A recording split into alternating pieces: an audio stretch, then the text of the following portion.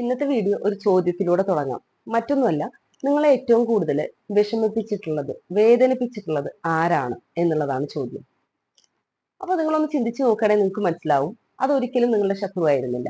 തീർച്ചയായിട്ടും അത് നിങ്ങളെ ഏറ്റവും നന്നായിട്ട് സ്നേഹിച്ചിരുന്ന ഒരു ഫ്രണ്ടോ, റിലേറ്റീവോ, പാർട്ട്ണറോ ആരെങ്കിലുമൊക്കെ ആയിരിക്കാം. കാരണം നമ്മളെ വേദനിപ്പിക്കാൻ ഏറ്റവും കൂടുതൽ കഴിവുള്ളത്, നമ്മുടെ ശത്രുവിനേക്കാൾ കൂടുതൽ കഴിവുള്ളത് വൺസ് നമ്മളെ സ്നേഹിച്ചിരുന്ന, നമ്മളെ കരുതലോട് കൊണ്ടു നടന്നിരുന്ന ഒരു വ്യക്തിക്കാണ്. എന്ത് റിലേഷൻസ് ആണെങ്കിലും ആ റിലേഷൻസ് എല്ലാം വളരെ വാമാണ്, വളരെ അറ്റാച്ച്മെന്റ് കൂടുന്തോറും അതിന്റെ ഒരു ഭംഗി കൂടും എന്നുള്ളതാണ് സത്യം. എന്നാൽ ഈ ഒരു അറ്റാച്ച്മെന്റ് കാരണം കൊണ്ട് നമുക്ക് വരുന്ന പ്രശ്നങ്ങൾ എന്തൊക്കെയാണെന്ന് വെച്ച് കഴിഞ്ഞാൽ, നമ്മൾ അവരെ ഓവർലി ഡിപ്പെൻഡഡ് ആവാൻ തുടങ്ങും. നിങ്ങൾ തന്നെ ചിന്തിച്ചാൽ മനസ്സിലാവും, നിങ്ങളുടെ ലൈഫിൽ ഏതെങ്കിലും ഒരാളുടെ മെസ്സേജ് നിങ്ങൾ കണ്ടില്ലെങ്കിൽ നിങ്ങൾക്ക് അന്നത്തെ രാവിലെ ആകെ മൂഡ് ഓഫ് ആയിട്ട് പോകും, അല്ലെങ്കിൽ ആ ഒരു ദിവസം തന്നെ നശിച്ചു പോകും. അയാളുടെ കോൾസ് ഇല്ലെങ്കിൽ നിങ്ങൾക്ക് നിങ്ങളുടെ ലൈഫ് ഇല്ലാത്ത പോലെ ഫീൽ ചെയ്യും.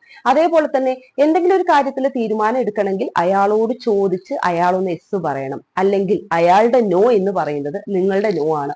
അതിന്റെ അർത്ഥം നിങ്ങൾ പരസ്പരം വല്ലാതെ അറ്റാച്ച്ഡ് ആണ്, അല്ലെങ്കിൽ ഒരു വ്യക്തി മറ്റൊരാളെ ഡിപ്പെൻഡഡ് ആണ് എന്നുള്ളതാണ്. സോ ഈ ഡിപ്പെൻഡൻസി ഒരിക്കലും മോശമാണെന്നൊന്നും പറയുന്നില്ല, പക്ഷെ ഒരു പരിധിയിൽ കൂടുതൽ ഈ ഡിപ്പെൻഡൻസി വന്നു കഴിഞ്ഞു കഴിഞ്ഞാൽ നമുക്ക് ഒരിക്കലും അവരില്ലാതെ പറ്റാത്ത ഒരു അവസ്ഥയിലേക്ക് നമ്മൾ കടന്നു പോകും. അതിപ്പോ എല്ലാ റിലേഷൻസും, അത് പ്രണയത്തിൽ മാത്രമല്ല, അതിപ്പോ നമ്മുടെ സിബ്ലിങ്സിന്റെ ഇടയിലായാലും ശരി, ഹസ്ബൻഡ് ആൻഡ് വൈഫിന്റെ ഇടയിലായാലും ശരി, ഫ്രണ്ട്ഷിപ്പിന്റെ ഉള്ളിലായാലും ശരി, കസിൻസിന്റെ ഇടയിലായാലും ശരി. ഇന്ന് നമുക്ക് ചുറ്റിലും നമ്മുടെ ഒരുപാട് പേരുണ്ട് അല്ലെ, നമ്മളെ പ്രൊട്ടക്ട് ചെയ്യാൻ.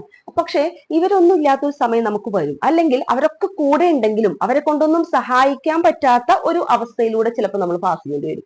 സോ ഇങ്ങനെയുള്ള സമയത്താണ് ഇത്തരം ഓവർ ഡിപ്പെൻഡൻസി നമ്മളെ ബുദ്ധിമുട്ടിക്കുക. അപ്പൊ പറഞ്ഞു വരുന്ന ഇത്രേ ഉള്ളൂ, ആരോടെങ്കിലും ഇമോഷണലി ഓവറായിട്ട് അറ്റാച്ച്ഡ് ആണെന്നുണ്ടെങ്കിൽ, ഓവറായിട്ട് ഡിപ്പെൻഡഡ് ആണെന്നുണ്ടെങ്കിൽ, ഇപ്പൊ ഒക്കെ കുറച്ച് സന്തോഷത്തോടു കൂടിയൊക്കെ അത് കഴിഞ്ഞാലും പിന്നീട് നമുക്കൊരു ഒരു വിഷമത്തിലേക്കൊക്കെ ഈ കാര്യങ്ങൾ പോകും. സോ എപ്പോഴും ഒരു റിലേഷനിൽ നമ്മൾ പരസ്പരം സന്തോഷവും സ്നേഹവും ഒക്കെ കൊടുക്കണം എന്നുണ്ടെങ്കിൽ കൂടെ ഓവറായിട്ട് അറ്റാച്ച്ഡ് ആവാതിരിക്കുക എന്നുള്ളതാണ്